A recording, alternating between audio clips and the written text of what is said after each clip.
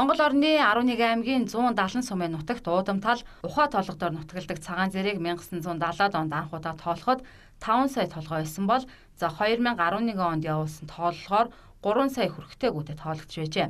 Үүнээс хойш дахин хэдэн зугаараа хорогдож хүний нутаг руу дайцсаар байна.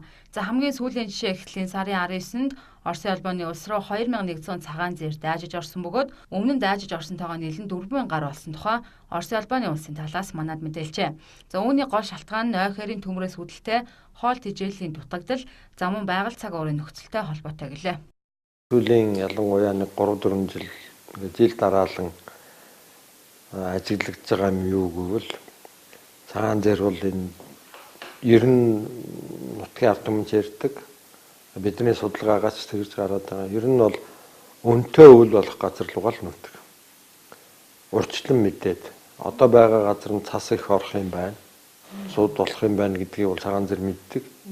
Зүн бэлгээрээ мэддэг. Энэ бол хэдэн 100 мянган жилээр энэ амьтны одоо энэ байгаль дасан зохицож ирсэн нэг зан чанар нь тийм ээ.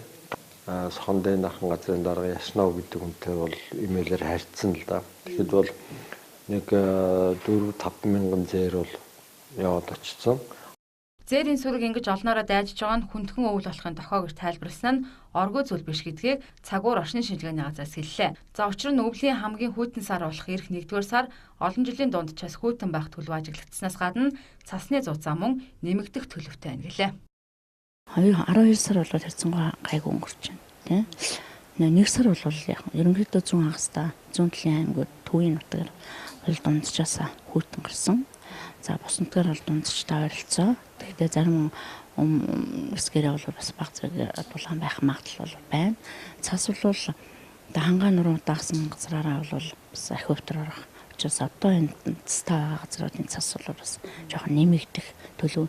Нэмэгдээ тэгээ дээрээс нь 1 сар ч юм бол нэлийн хүйтэн сар байдаг. Тэгэхээр хүүтрээд бас цас орсон газруудаараа бас үйлчлэлт жоохон хүндрэх тий ялангуяа орон нутгийн тээвэрт хүртэл бас хүндрэл учруулах тохиолдол байх талтай.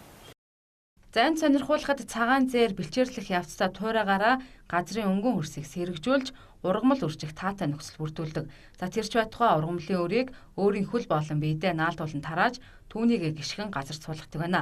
Зээрийн мөрөөр хонхоосон газарт борооны ус хуримтлагдан тогтож бэлчээрийг усчуулдаг. 100 намрын улирал цагаан зээрийн сүрэг өвсний шүүдрийг газрын өрсөнд буулгадаг нь 50 мм хүртэл хурд тундас орсонтой адил чийг болдог байна.